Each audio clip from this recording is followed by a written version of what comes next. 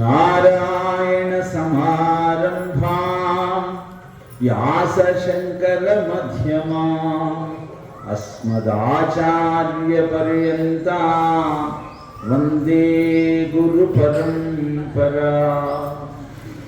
गुरुर्ब्रह्मा गुरुर्विष्णुः गुरुर्देवो महेश्वरः गुरु साक्षात् परब्रह्मा तस्मै श्री गुरवे नमः। सच्चिदानंद रूपां दां गायत्री प्रतिपादिता नमामि ह्रीं ऐं देवीं धियो नः प्रचोदयात्। ॐ श्रीमात्रे नमः। ॐ श्रीमात्रे नमः। ॐ श्रीमात्रे नमः। జగదంబ స్వరూపులైన మనందరికీ నమస్కారం. పరమేశ్వర స్వరూపమైన సభకు నమస్కారం. ఒక భక్తుడు భక్తితో భగవంతుణ్ణి అర్చిస్తూ ఉన్నాడు. ఏం కావాలని భగవంతుడు భక్తుడిని ప్రశ్నించాడు. ఎప్పుడు నువ్వు నాతోనే ఉండాలి, ఎలాంటి పరిస్థితినైనా నుంచైనా నన్ను కాపాడుతూ ఉండాలి అని భక్తుడు తన కోరికను తెలియజేశాడు. భగవంతుడు అన్నాడు, అలాగే ఎప్పుడు నేను నీతోనే ఉంటాను అన్నాడు. నాకు ఆ విషయం ఎలా తెలుస్తుంది నువ్వు నాతోనే ఉన్నట్టు అని సందేహం కలిగింది. అదే సందేహం భగవంతుడిని అడిగాడు భక్తుడు. నువ్వు నడుస్తున్నప్పుడు నీ పాదముద్రలతో పాటు నా పాదముద్రలు కూడా ఉంటాయి. బాగుంది. సముద్ర తీరానికి వెళ్ళి ఆ ఇసుకలో నడుస్తుంటే 2 అడుగులు తనవి 2 అడుగులు స్వామి కనపడుతూ ఉండేది. చాలా ఆనందంగా ఉండేది. భగవంతుడు నాతోనే ఉన్నాడని. అనేక సుఖాలు సంపదలు భగవంతుని యొక్క వైభవంతో ఈ భక్తుడికి కలిగాయి. కష్టకాలం వచ్చింది. వ్యాపారంలో ఉన్న సొమ్మంతా పోయింది. నడుస్తుంటే 2 పాదాలే కనపడుతున్నాయి. భగవంతుడు నాతో లేడే, 2 పాదాలే కనపడుతున్నాయి అని బాధపడటం ప్రారంభించాడు భక్తుడు. గొంతెత్తి భగవంతుడిని ప్రార్థించాడు. భగవంతుడు ప్రత్యక్షమయ్యాడు. 2 పాదాలే కనపడుతున్నాయి, నువ్వు లేవేంటి నాతో అన్నాడు. అంటే అప్పుడు భగవంతుడు అన్నాడు, పిచ్చివాడా, నీకు కనపడే 2 పాదాలు నావేరా, నువ్వు కష్టంలో ఉన్నావని నిన్ను ఎత్తుకు మోస్తున్నాను, అందుకే నీ పాదముద్రలు అక్కడ నీకు కనపడటం లేదు అని తెలియదు. ఇప్పుడు ఈ కథ మీకు ఎందుకు చెప్పానంటే, మీ కష్టంలో సుఖంలో మీ వెంటే ఉండి మిమ్మల్ని నడిపిస్తూ మీకు మార్గదర్శకం చేసేది ఎవరు? గురువు. ఆయన పాదముద్రలు మీకు కనపడతాయా? అనంత సంసార సముద్రతార నౌకాయితాభ్యాం గురుభక్తిదాభ్యాం వైరాగ్య సామ్రాజ్యద పూజనాభ్యాం నమో నమః శ్రీ గురుపాదుకాభ్యాం నమో నమః శ్రీ గురుపాదుకాభ్యాం కవిత్వవారాశి నిశాకరాభ్యాం దౌర్భాగ్యదావాంబుదమాలికాభ్యాం దూరీకృతానమ్ర విపత్తతిభ్యాం నమో నమః శ్రీ గురుపాదుకాభ్యాం. ఇలా గురుపాదుక స్తోత్రంలో కవిత్వ వారాశి నిశాకరాభ్య. సముద్రం ఎప్పుడు ఉప్పొంగుతుంది అంటే చంద్రుడు వచ్చినప్పుడు సముద్రానికి ఆటుపోట్లు వస్తాయి, పైకి లేస్తాడు సముద్రుడు. అలానే ప్రతివాడిలో ప్రతిభ అనే సముద్రం ఉంటే ఆ సముద్రం ఉవ్వెత్తున ఎగిరి పడటానికి, కెరటాలతో ముందుకు సాగటానికి కారణం గురువు అనే చంద్రుడు. అలాంటి గురువును మనం ప్రతినిత్యము కీర్తించాలి, ప్రతినిత్యము స్తుతించాలి. పొద్దున్నే లేవగానే గురువు గారు ఏ ఇంట్లో ఉంటాడో ఆ దిక్కుకు తిరిగి నమస్కరించి జీవితాన్ని ప్రారంభించాలని చెబుతుంది గిరిగీత. గురువుకు మన జీవితంలో అంత ప్రాధాన్యత ఉంది. మరి మొట్టమొదటి గురువు ఎవరు ప్రపంచానికి అంటే నారాయణం, శ్రీమన్నారాయణుడే. ఆ తర్వాత పద్మవిభుం, పద్మభువం, ఆయన నాభి నుంచి జన్మించినటువంటి బ్రహ్మదేవుడు. చతుర్వేదాలు చతుర్ముఖాల నుంచి మనకు అందించినటువంటి దేవతా స్వరూపమే బ్రహ్మదేవుడు. ఆ తర్వాత ఆయన ప్రాణాల నుంచి పుట్టినటువంటి వశిష్ఠుడు. ఆ తర్వాత ఆయన కుమారుడైన శక్తి. ఆ తర్వాత ఆయన కుమారుడైన పరాశరుడు. ఆ తర్వాత ఆయన కుమారుడైన వేదవ్యాసుడు, వ్యాసం వేదాంత భాస్కర్. ఆ తర్వాత ఆయన కుమారుడైన శుకుడు. ఆ తర్వాత ఆయన శిష్యుడైనటువంటి గౌడ భగవత్పాదుల వారు. ఆయన తర్వాత ఆయన శిష్యుడైన గోవింద భగవత్పాదుల వారు. ఆ తర్వాత ఆయన శిష్యుడైన తత్శిష్యం శంకరాచార్యం అద్వైత స్థాపకం గురుం. ఆ తర్వాత ఆయన నలుగురు శిష్యులు తత్శిష్యాన్ పద్మపాదాదీన్ శ్రౌత తత్వార్థబోధకాన్. ఎందుకు చెప్తున్నానంటే కనీసం గురు పౌర్ణమి, గురువును పూజించుకునేటప్పుడైనా గురు పరంపరను గురించి తెలుసుకొని మనకు జ్ఞానభిక్ష పెట్టినటువంటి ఆ మహానుభావులను ఒక్కసారి స్మరిస్తే మన జీవితం ధన్యమవుతుంది. మనం ఎంత కృతజ్ఞులము అంటే, కృతజ్ఞత అంటే ఏంటో తెలుసండి. కృత అంటే అయిపోయిన తర్వాత, జ్ఞ అంటే తెలుసుకొని, త అంటే నమస్కరించు. మనము ఒక కష్టంతో గురువుగారి దగ్గరికి వెళ్తాము. ముఖ్యంగా ప్రాజెక్ట్ కోసం ఇంజనీరింగ్ స్టూడెంట్స్ అంతా వస్తారు. వాళ్ళకి అనేకమైన ప్రాబ్లమ్స్ వస్తాయి. ఆ ప్రాజెక్టు మార్కులు ఉంటాయి, దాంట్లో వాళ్ళకి పర్సంటేజ్ వస్తుంది. కాబట్టి వెంటనే జరుగుతారు. దాని మీదనే వాళ్ళకి ఇంటర్వ్యూలో క్వశ్చన్లు అడుగుతారు. కాబట్టి ప్రాజెక్ట్ అయ్యేదాకా వెంట ఉంటారు. వాళ్ళ విధేయత చూసి అబ్బా ఎంత మంచి శిష్యులు దొరికారు అన్న భావన కలుగుతుంది. ప్రాజెక్ట్ అయిపోతుంది అంతే, మరుసటి రోజు నుంచి తుపాకీ ముందుకు కనపడవు, అయిపోయింది కదా.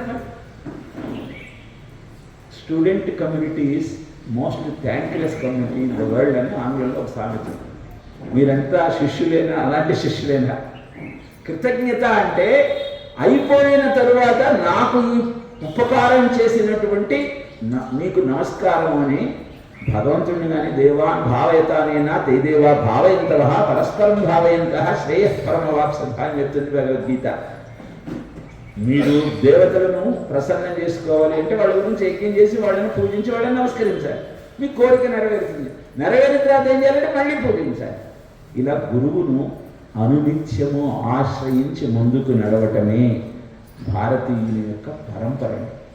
అందుకే వ్యాసశంకర మధ్యమా, వ్యాసుడు ఆ తర్వాత ఆదిశంకరుడు, వీళ్ళిద్దరినే స్పెసిఫిక్గా ఎందుకు చెప్పారు అంటే అనంతమైన వేదరాశి అంతా అస్తవ్యస్తంగా ఉన్న సమయంలో వ్యాసుడు దాన్ని న్యాసం చేసి 4 విధాలుగా విభజించి పైలుండు ఋగ్వేద పఠనంబు దొరకునే సామంబు జైమిని చదువుచుండే యజువు వైశంపాఖ్యాయనుండు గైకొనే తుది సుమంతుడు అధర్వంబు పఠించే నిఖిల పురాణేతిహాసముల్ మా తండ్రి రోమహర్షణుడు నిరూఢిదాల్చే తమ తమ వేదమా తపస్సులు భాగించి శిష్య సంఘములకు చెప్పిరంతా శిష్యులెల్లరూ ఆత్మీయ శిష్యజనుల బహుమార్గములు చెప్పి అనుమతింప పెక్కు శాఖలతోడి పృథివిలోన నిగమ ముప్పారి భూసుల నివహమందు. ప్రతి గురువు ఏం చేస్తాడంటే తనకు తెలిసినది నలుగురికి తెలియాలని తాను నడిచిన మార్గంలో అందరూ తన శిష్యులంతా నడిచి తన యొక్క ఆలోచన విధానం ప్రపంచమంతా వ్యాప్తం కావాలన్న ఆలోచనతో అహరహము కృషి చేస్తాడు. అలా కృషి చేసిన ఆ గురువుకు మనం ఏమి రుణం తీసుకున్నాం? 1,00,000 రూపాయలు ఇస్తే తీరుతుందా? ఇంద్రుడు స్వర్గాన్ని జయిస్తాడు, స్వర్గాన్ని మళ్ళీ రాక్షసుల నుంచి పొందుతాడు. తిరిగి గెలిచానన్న ఆనందంతో అద్భుతమైన సభ ఏర్పాటు చేస్తాడు. దాంట్లోకి గురువు అయిన బృహస్పతి కొద్దిగా ఆలస్యంగా వస్తాడు, నెమ్మదిగా వస్తాడు. గురువుని చూసి ఇంద్రుడు ఏం చేయాలి? స్వర్గాధిపత్యాన్ని నాకు ఇచ్చాడు కదా, అసలు ఇయ్యకపోయినా గురువు గారు కనపడగానే నమస్కరించాలి. హాయ్ గోయి కాదు, గురువుని చూసినా హాయ్ అంకులు అంటున్నారు ఈ మధ్య. ఏం చేస్తారు కర్మ. అలా ఇంద్రుడు కూడా నమస్కరించే ప్రయత్నం చేయలేదు. ఉచిత ఆసనం ఇచ్చి గురువు గారికి అర్ఘ్యపాద్యాదులు ఇవ్వాలన్న ఆలోచనను మర్చిపోయాడు. గురువుకి అనిపించింది, గురువు పెద్దలను గౌరవించినటువంటి ఇంద్రుడు తొందరలోనే అధోగతి పాలవుతాడని అక్కడి నుంచి వెళ్ళిపోయాడు. సభ అంతా అయిపోయింది. అయిన తర్వాత ఇంద్రుడికి తెలిసి వచ్చింది, అరే మా గురువు గారు వస్తేనే నమస్కారం చేయలేదే, లేవలేదే, నిలబడలేదే అని పరిగెత్తుకుంటూ వెళ్ళాడు గురువుగారి ఇంటికి. గురువుగారు ఇతనికి పాఠం చెప్పాలనుకుని అదృష్టం ఉంటాడు. ఈ విషయము శుక్రాచార్యుడికి తెలిసింది. శుక్రాచార్యుడు అంటే ఎవరు? రాక్షసుల గురువు. శుక్రాచార్యుడు ఏం చేశాడు? బలిని పిలిచాడు. అరే ఇదే రైట్ టైము, ఇంద్రుడికి గురు కృప లేదు, మనం దాడి చేస్తే ఈజీగా గెలుస్తాం. గురువుగారు చెప్పారని బలి దాడి చేశాడు. స్వర్గం పోయింది ఇంద్రుడికి. ఇప్పుడు ఏం చేయాలో అర్థం కావాలి ఇంద్రుడికి. అప్పటిదాకా రాజభోగాల్లో ఉన్నాడు. గురువు ఎప్పుడైతే ఆయనకు దూరం అయ్యాడో అన్నీ కోల్పోయాడు. పరిగెత్తుకుంటూ బ్రహ్మదేవుడికి వెళ్ళాడు. ప్రతిసారి కష్టంలో ఉన్నటువంటి ఇంద్రుణ్ణి ఓదార్చేటువంటి బ్రహ్మదేవుడు ఈసారి అన్నాడు, ఎందుకు వచ్చారంటే, అలా అంటారు ఏంటండి, చాలా కష్టంలో ఉన్నానంటే, నెట్టన పాపకర్మమునకు ఇదేమి కర్మము చేసింది చెప్ప, మీ పుట్టిన నాటి నుండి ఈ బుద్ధులు చెప్పి జగంబులేలగా పట్టము కట్టిన కృపా ధర్మ కళావజ్ఞం బృహస్పతి. అలాంటి బృహస్పతిని గురువును వదిలేసి నా దగ్గరకు వచ్చి ఇలా జరిగిందంటే అవుతుంది. గురువును మర్చిపోతే అదే అవుతుంది. గురువుకి నమస్కారం చేయడానికి సంకోచిస్తే జరిగే పరిణామం ఇదే. నీకు నిష్కృతి లేని పాపం చేశావు కాబట్టి నిన్ను ఎవడు రక్షించలేడు పో అన్నాడు. కాళ్ళ వెళ్ళబడ్డాడు. అలా అంటే అలా బ్రహ్మగారు ఏదో ఒకటి చేయండి అంటే, అయితే ఇంకో గురువుని పట్టుకో అన్నాడు. విశ్వరూపుడు వరుస కొడుకు అవుతాడు. విశ్వరూపుడి దగ్గరికి వెళ్ళి మీరు గురువుగా బాధ్యతలు స్వీకరించాలి, మీకు ఎంత డబ్బు కావాలంటే అంత ఇస్తాను. అప్పుడు విశ్వరూపుడు అన్నాడు, గురుధనము కూర్చలేటికి గురుదీక్షం కలిగి మంత్రభేవిధులై సద్గురు నిరతులేని గురువులకు శిష్యవరులే కూర్చిన ధనములు. ఇది చెప్పడం కోసం నాకెందుకు ఆ ధనం, ఏం చేసుకుంటా నేను? కందమూలాలు తింటూ ఆశ్రమ జీవనం గడుపుతూ నిరంతరం భగవంతుడిని సేవించే నాకు డబ్బు ఎందుకే? నా సంపద ఎవరంటే నా శిష్యులే. ఎందుకు నా సంపద నా శిష్యులు అంటే, గురు దీక్ష దగిలి దీక్షతో గురువుగారు ఏం చెప్పారో అది తెలుసుకొని మంత్రకోవిధులై అంటే అనుష్ఠానం చేస్తూ సద్గురువునైతే నిరతులేని గురువు చెప్పిన మాటను ప్రపంచంలో ప్రచారం చేసేవాళ్లే గురువుకు నిజమైనటువంటి సంపద. కాబట్టి మనం నేర్చుకున్న విజ్ఞానాన్ని నలుగురికి చెప్పే ప్రయత్నం చేయాలి. ఒక గురువు గారు ఉండేవాడు ఆశ్రమం. ఆయన దగ్గర ఒక అద్భుతమైన గుర్రం ఉండేది. నాకు వాచ్ కావాలి 6:30కి మాట్లాడాలి. ఆయన దగ్గర ఒక అద్భుతమైన గుర్రం ఉండేది. ఆ గుర్రాన్ని ఎలా అయినా అపహరించాలనుకున్నాడు దొంగ. గురువు గారు ఏం చేయాలి? ఆ గుర్రం ఈయనకి ఇవ్వాలి. అంటే ఏం చేయాలి? గురువు గారు చాలా సంతోషించేది ఎప్పుడు చెప్పండి, మీరు సమయానికి వచ్చి నమస్కారం గురువు గారు అన్నాడు అన్న పొంగిపోతాడు ఆయన. మా టైంకి వచ్చాడంటే వీళ్ళు చక్కగా నేను చెప్పినవన్నీ చేస్తాడు అని. కాబట్టి ఈయన కూడా ఏం చేశాడు? ఆ గురువు దగ్గరికి వెళ్ళి ఆ గురువు గారి దగ్గరికి వెళ్ళి, గురువుగారు మీ ఆశ్రమంలో మీ సేవ చేసుకుంటానంటే అదే నాన్న ఉందో అన్నాడు. ఇప్పుడు రోజు వీడు ఆ గురువుగారు అన్ని సేవలు చేస్తూ ఆయనకు చాలా ప్రీతిపాత్రమైన శిష్యుడయ్యాడు.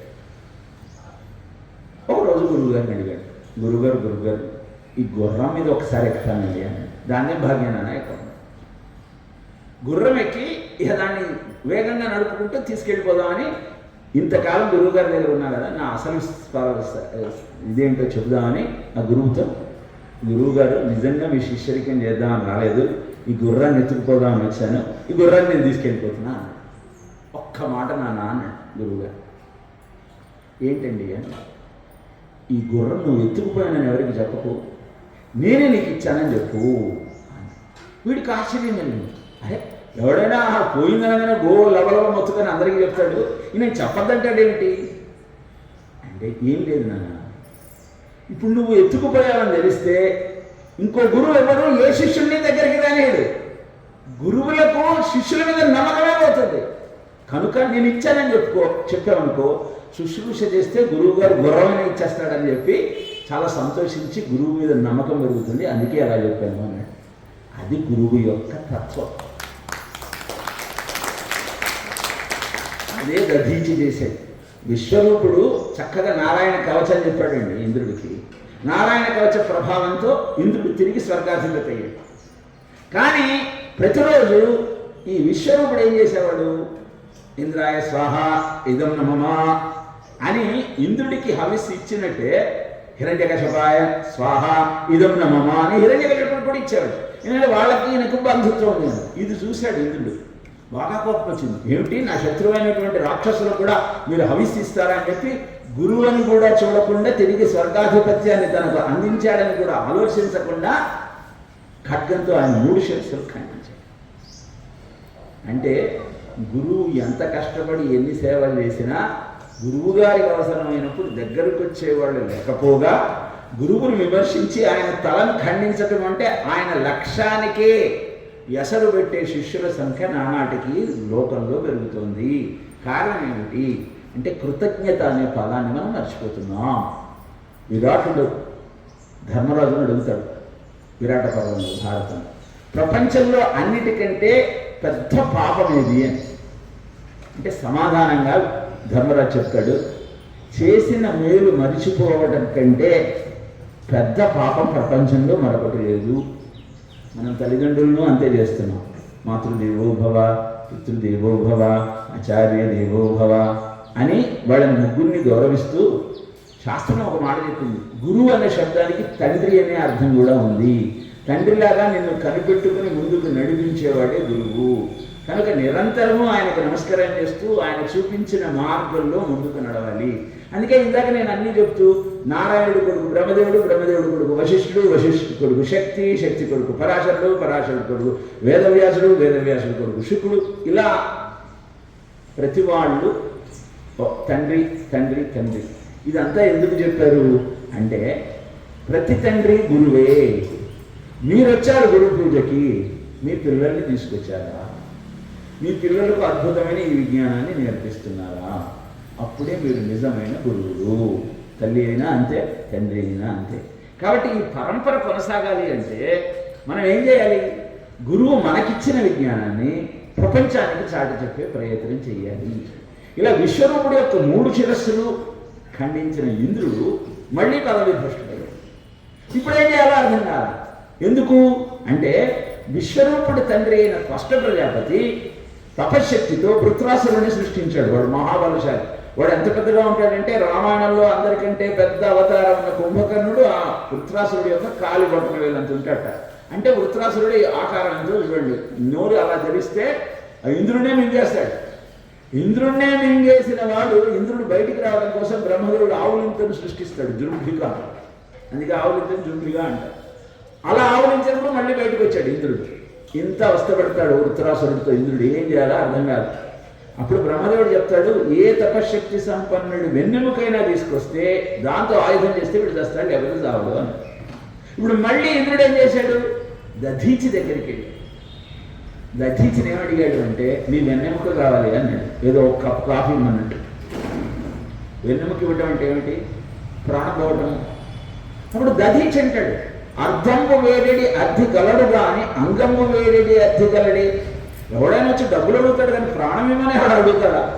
తగు కోర్కెల నీవిచ్చు దానశీలుడు గలుగు తన దేహం ఇచ్చడి దాతగలడే. ఎవడైనా అడిగితే డబ్బులు ఇస్తాడు, కోరిక తీస్తాడు, ఇల్లు ఇస్తాడు, ఇస్తాడు కానీ ప్రాణం ఇస్తాడా. అలా అడుగుతావేంటయా అంటే ఇంద్రుడు అంటాడు, అడిగేవాడికి ఏమవుతుందండి, వేస్తే వెంట్రుక, వస్తే కొండ, లేకపోతే వెంట్రుకగా, అందుకే మేము అడిగాం, ఇచ్చేవాడు అంటే ఇస్తాం, ఇచ్చేవాళ్ళు ఉన్నారేమో అంటే దధీచి అంటాడు, ఎవరో కదా నిన్ను పరీక్షించడానికి అన్నాను, ఆసురీ సంహారం కోసం నా వెన్నెముక అడిగితే నేను ఎందుకు ఇవ్వను అని ప్రాయోపవేశం చేసి ప్రాణం వదిలేసి వెన్నెముక ఇచ్చాడు. ఆ వెన్నెముకతోనే వజ్రాయుధమైంది, ఆ వెన్నెముకతోనే గాంధీవమైంది, ఆ వెన్నెముకతోనే సుదర్శన చక్రమైంది, శివుడి త్రిశూలమైంది. అంటే గురువు వెన్నెముకే సమస్త ఆయుధాలకు ఆధారం. ఈరోజు మనం ఏం చేసి ఎంత ఉన్నత స్థాయిలో ఉన్నామని మురిసిపోయినా దానికి కారణము గురువే, ఆయన తపశ్శక్తియే, ఆయన చూపించిన మార్గమే. నాళీకనికాశ పదాహృతాభ్య నానా విమోహాది నివారకాభ్యాం నమజ్జనాభీష్ట ప్రతిప్రదాభ్యాం నమో నమః శ్రీ గురుపాదుకాభ్యాం నమో నమః శ్రీ గురుపాదుకాభ్యాం. ఇక గురు పూర్ణిమ అనగానే మా కాళ్ళు చాలా బిజీగా ఉంటాయి. ఎందుకు? ప్రతివాళ్ళు వచ్చి కాళ్ళ మీద పడతారు. నిజానికి గురువుకు పాదపూజ చేయటం అంటే అర్థం ఏమిటి అంటే, గురువు ఏ మార్గంలో నడుస్తున్నాడో ఆ మార్గంలో నేను నడుస్తానని ప్రతిజ్ఞ చేయటమే గురు పౌర్ణమి నాడు గురువు యొక్క పాదాలకు నమస్కరించటము, పూజ చేయటము. మావాడవుడు ఉండేవాడు, గురువు అని కనపడితే చాలు వేళ్ళని 2 కాళ్ళు గట్టిగా పెట్టేసుకునేవాడు. నేను నీకు ఇంత గురుభక్తి ఏమిటి అన్న. గురుభక్తి కాదురా, గురువుల శక్తి అంతా కాళ్ళలో ఉంటుంది, కాళ్ళు పట్టుకుంటే మనకు వచ్చేస్తుంది ఆ శక్తి, ఫ్రీగా దొరుకుతుంది కదా. ఆయన కాళ్ళు పట్టుకొని లాగకు కింద పడతారు వాళ్ళు. కాబట్టి గురువుకు పూజ చేసే సమయంలో గుర్తుపెట్టుకోవాల్సింది ఏమిటి అంటే, గురువు చెప్పిన మాటలలో ఎన్ని మనము పాటిస్తూ ఉన్నామో అది మనకు అర్థమైతే గురువే మనం నడిపించే శక్తి, గురువే మనం నడిపించే యుక్తి, గురువే మనం పొందే రక్తి. అందుకే గురు భక్తితో ఆయనను అర్చించే ప్రయత్నం చేసినట్టయితే జీవితం ధన్యమవుతుంది. నాకు ఇచ్చిన సమయం అయిపోయింది. గురువు గురించి మాట్లాడితే ఇంకో గంట కాదు 2 గంటలైనా మాట్లాడచ్చు. ఎందుకంటే అన్ని వేదాల సారము, అన్ని పురాణాల తత్వము, అన్ని ఇతిహాసాల మర్మము ఏమిటి అంటే గురు భక్తి. దాన్ని తెలుసుకొని ఆనందంగా ఉంటారని ఆశిస్తూ